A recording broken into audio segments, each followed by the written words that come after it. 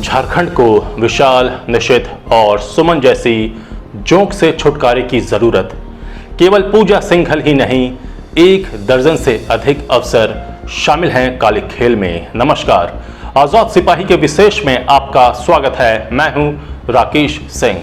आज से करीब 11 साल पहले अप्रैल 2011 में जब देश की राजनीतिक राजधानी में महाराष्ट्र के रालेगांव सिद्धि निवासी पूर्व फौजी अन्ना हजारे ने इंडिया अगेंस्ट करप्शन नामक आंदोलन शुरू किया था।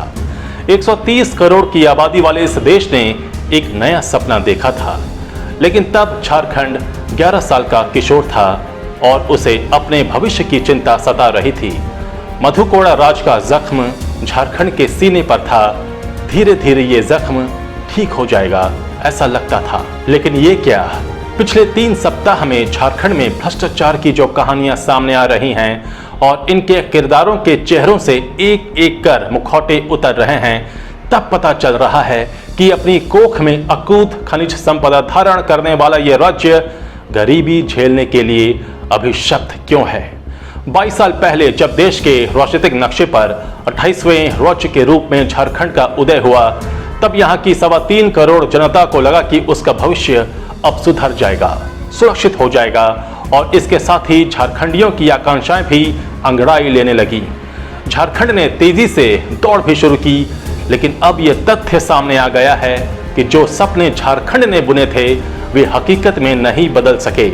झारखंड के लोग ठगे रह गए और एक बार फिर सुखद निरापद भविष्य के सपनों में उलझ कर रह गए। युवा झारखंड को अब पता चल रहा है कि उसे जो सपने दिखाए गए थे वे पूरे तो नहीं ही हुए, बदले में उसे सुमन कुमार, विशाल चौधरी और निशित केशरी जैसे कुछ ऐसी जोंक मिल गई जिनका एकमात्र काम गरीब झारखंडियों के खून को चूसना है।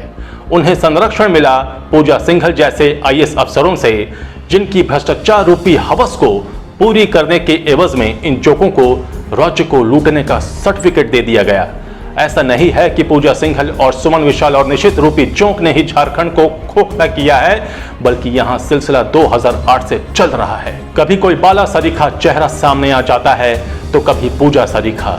आखिर इन अफसरों को ताकत कहां से मिल जाती है झारखंडियों के भविष्य से खिलवाड़ करने की। ये अफसर भ्रष्टाचार रूपी गंगोत्री में डुबकी कैसे लगा लेते हैं?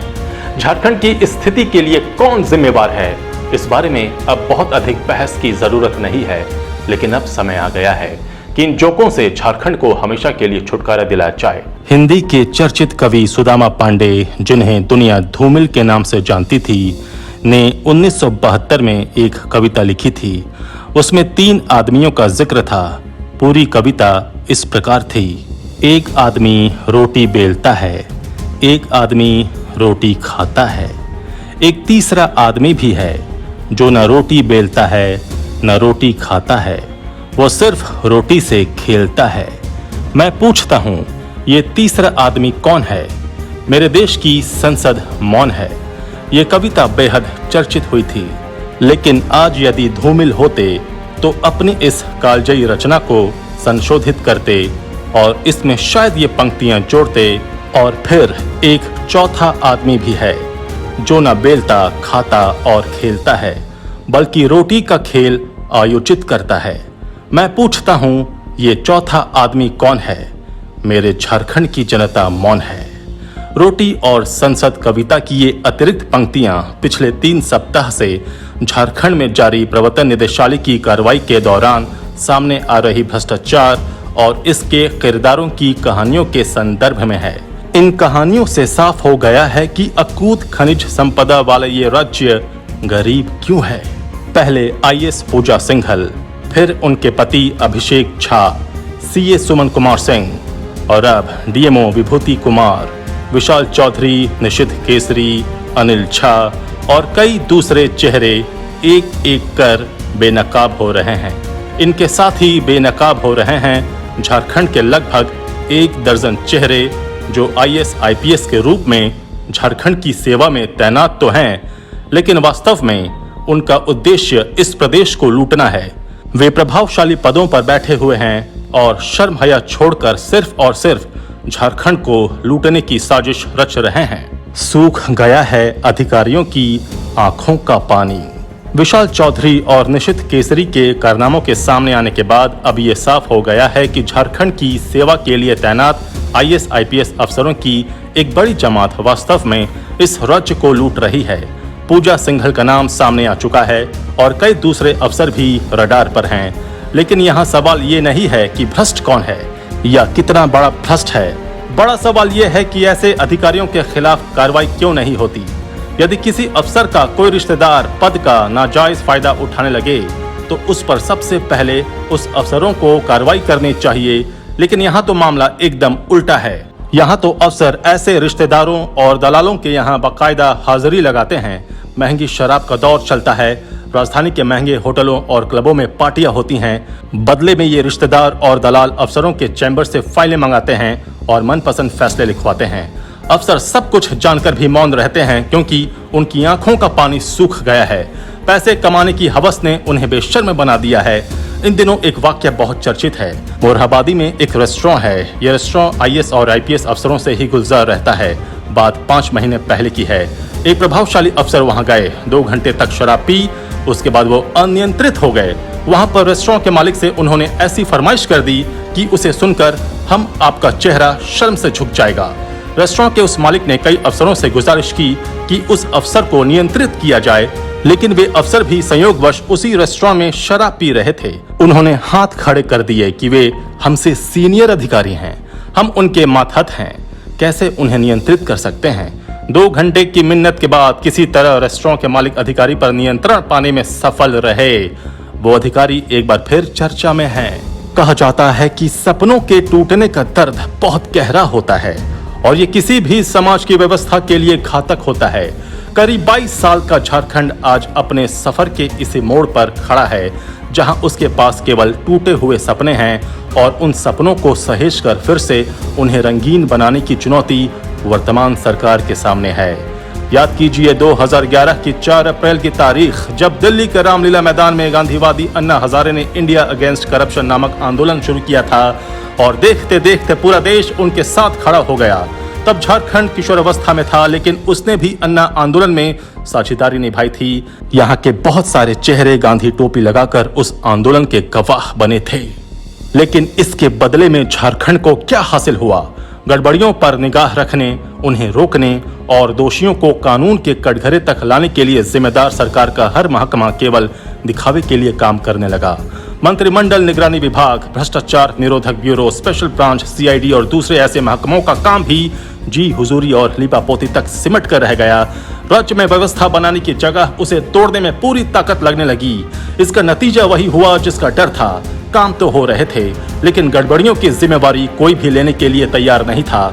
हालत यहाँ तक पहुँच गई कि उद्घाटन के 16 घंटे बाद ही 4,500 करोड़ की कोनार नहर परियोजना के बांध बह गए और इंजीनियरों ने कह दिया कि इसे चूहों ने कुतर दिया, इसलिए ऐसा हुआ। न किसी पर कोई कार्रवाई हुई और न कोई जांच। गुमला में एक ही बारिश में 9 पुल बह गए, लेकिन किसी को फर्क नहीं पड़ा। बुंडू में इस कदर बालू का अवैध खनन हुआ कि पुल ही बह गया और आज तक वहां जांच की नौटंकी ही हो रही है। किसी पर कोई कार्रवाई नहीं। पावर का ऐसा बेशर्म प्रदर्शन शायद ही कहीं और देखने को मिले। ऐसे अनगिनत वाक्य हैं जिन्होंने झारखंड के सपनों को न केवल बेरहमी से कुचला, बल्कि उसके सुखद भविष्य पर भी बड़ा सवाल खड़ा कर दिया। मुट्ठी भर नौकरशाहों ने पूरे सिस्टम को अपने इशारों पर नचाना शुरू कर दिया और वे राजनीतिक नेतृत्व को ये समझाने में सफल हो गए कि जनता बेहद खुश है और राज्य विकास के रास्ते पर सरपट दौड़ रहा है। इन अफसरों को जब भी किसी मामले में फंसने की आशंका होती है, उसे तत्काल मंत्रिमंडल निगरानी विभाग या सीआईडी के पास भेज दिया जाता है, जिन्हें फाइलों का कब्रगाह बना दिया गया है। ऐसा नहीं है कि 5 साल में कोई काम नहीं हुआ, काम तो हुआ, लेकिन गड़बड़ियां भी बहुत हुई। और सबसे बड़ी गड़बड़ी ये हुई कि उनके लिए किसी को जिम्मेदार नहीं ठहराया गया।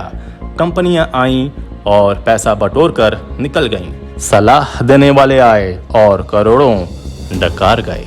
ठेकेदारों को काम दिया गया, उन्होंने कुछ काम किया, पैसा पूरा लिया और बोरिया बिस्तर समेट लिया। बिचौलियों और सत्ता के गलियारों में खुलेआम अपना सिक्का चलाने वालों को रोकने टोकने वाला कोई नहीं था। यहाँ ऐसे ऐसे भी काम हुए हैं कि ठेका 400 करोड़ का हुआ और उसमें संशोधन करते करते वो 800 करोड़ तक पहुँच गया। पेमेंट भी हो गया। उस काम की स्थिति ये है कि कभी वहां छत की प्लास्टर टूटकर गिर जाती है, तो कभी बिल्डिंग में शॉर्ट सर्किट से आग लग जाती है, तो कभी माइक सिस्टम खराब हो जाता है। बयानबाजी तो खूब हुई, कार्रवाई कुछ नहीं हुई। अब सुनने में आया है कि सम्यक जांच का आदेश हुआ है। इस ठेकेदार ने झारखंड का लगभग आधा काम ले रखा है। रांची से लेकर दिल्ली तक इसके डंके बज रहे हैं। ऐसा नहीं है कि भ्रष्टाचार केवल झारखंड की ही समस्या है। देश के हर हिस्से में भ्रष्टाचार की एक से एक कहानियां सामने आ चुकी हैं। पिछले साल उड़ीसा के एक IFS अधिकारी के यहाँ छापेमारी में अकूत संपत्ति का पता चला। अभय पाठक नामक इस अधिकारी के बेटे के खाते में 20 करोड़ रुपए जमा थे। इस अधिकारी के परिवार ने लॉकडाउन के दौरान घूमने के लिए चार्टर्ड विमान पर 3 करोड़ रुपए खर्च किए। इतना ही नहीं, मुंबई के एक होटल में इस परिवार ने 90 लाख रुपए खर्च किए और एक अन्य होटल की बुकिंग के लिए 50 लाख रुपए दिए। दूसरी कहानी छत्तीसगढ़ के एक पूर्व IAS अधिकारी की है, जिसने अपने करियर के दौरान 53 करोड़ रुपए की संपत्ति जमा कर ली थी। बाबूलाल अग्रवाल नामक इस अधिकारी की देश के हर हिस्से में संपत्ति है, जिनको अटैच कर लिया गया है।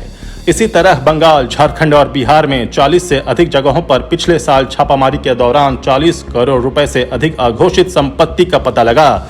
ये छापामारी कोयला चोर गिरोह के उस सरगना की निशानदेही पर की गई, जिसने कहा है कि वो इन 3 राज्यों के नेताओं को हर महीने 200 करोड़ रुपए पहुंचाता है। इस सरगना के अवैध कारोबार की कीमत 20,000 करोड़ रुपए आंकी गई है। कहानी यहीं खत्म नहीं होती। तमिलनाडु के कुछ अधिकारियों और एक उद्योग समूह पर छापामारी होती है और उसके पास 450 करोड़ रुपए की अघोषित संपत्ति होने का पता चलता है। इन सूचनाओं ने देश को ये सोचने पर मजबूर कर दिया है कि आखिर इन लोगों को इतनी संपत्ति जमा करने की ताकत कहां से मिलती है। भ्रष्टाचार के खिलाफ अभियान पर नजर रखने वाली एजेंसियों का कहना है कि देश की कार्यपालिका ही नहीं, लगभग सभी अंग कमोबेश इस अभिशाप से ग्रस्त हो चुका है। ये बात अलग है कि कार्यपालिका में ये बीमारी अधिक गंभीर है। कहा जाता है कि गलत क्या है, इसे जानने से कोई फर्क नहीं पड़ता, लेकिन गलत को सही करने से फर्क पड़ता है। झारखंड के पास संसाधन है, इच्छा शक्ति है और वो बहुत आगे जा सकता है। अब इस युवा झारखंड की आंखों में नए सपने उभरने लगे हैं, जिनमें रंग भरना और उन्हें हकीकत में बदलना बड़ी चुनौती है।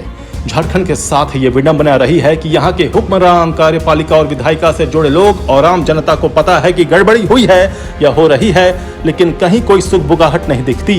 राजनीतिक आरोप प्रत्यारोप तो खूब होते हैं, चुनावी सभाओं में और दूसरे सार्वजनिक मंचों पर आरोप तो खूब लगाए जाते हैं, लेकिन जांच की जहमत कोई नहीं उठाता। सड़क पर उतरकर विरोध का मादा यहाँ के राजनीतिक दल खो चुके हैं। हुक्मरानों की स्थिति तो यह है कि भ्रष्टाचार में आकंठ डूबे अधिकारी को यहाँ मुख्य सचिव बना दिया जाता है। लोकतांत्रिक व्यवस्था की विडंबना देखिए कि एक बार किसी राजनेता पर अगर आरोप पुष्ट हो जाए तो वो चुनाव लड़ने का अधिकार खो देता है, लेकिन अगर कोई IAS सजायाफ्ता हो जाए तो वो सजा काटकर मुख्य सचिव बन जाता है। यह सब झारखंड में ही संभव है। जाहिर है, जब तक झारखंड के लोग लूट खसोट और भ्रष्टाचार के खिलाफ मौन धारण किए रहेंगे, सुमन, पूजा, विशाल, निशित जैसी चौंक झारखंड का खून चूसती रहेंगी। इन पर अंकुश लगाने का सबसे प्रभावशाली तरीका है भ्रष्टाचार के विरोध में तनकर खड़ा होना। उम्मीद की जानी चाहिए कि झारखंड के लोग आवाज उठाएंगे और झारखंड को बचाने में कारगर भूमिका निभाएंगे। आजाद सिपाही में अभी इतना ही। आप हमारे इस YouTube चैनल को जरूर सब्सक्राइब करें। आप हमारे Facebook पेज को भी जरूर फॉलो करें। धन्यवाद।